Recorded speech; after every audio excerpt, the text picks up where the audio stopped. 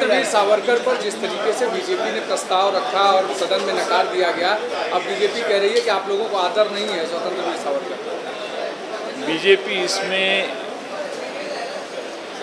Politics कर रही है। वो जब देवेंद्र फडणवीस जी पहले महाराष्ट्र के मुख्यमंत्री थे तब उन्होंने स्वातंत्र्यवीर सावरकर साहब को केंद्र सरकार से भारत रत्न का पुरस्कार दिया जाए ऐसी मांग की है। उसके ऊपर कोई निर्णय हुआ नहीं है।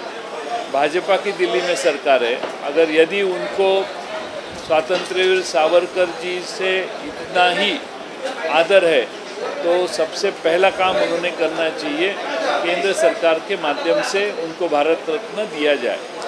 लेकिन ये करने के सिवा महाराष्ट्र की विधानसभा में एक अलग तरह का प्रस्ताव लाने की कोशिश उन्होंने की। अगर महाराष्ट्र की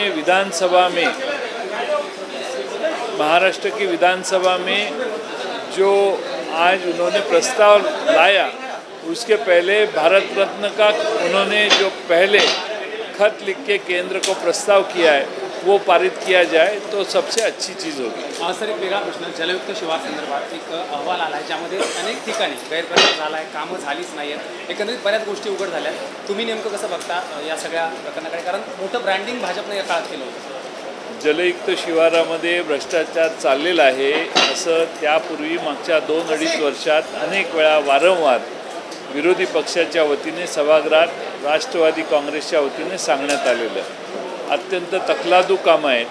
त्यामुळं महाराष्ट्राचे जलसंपदा मंत्री त्याच्यावर योग्य तो विचार करतील।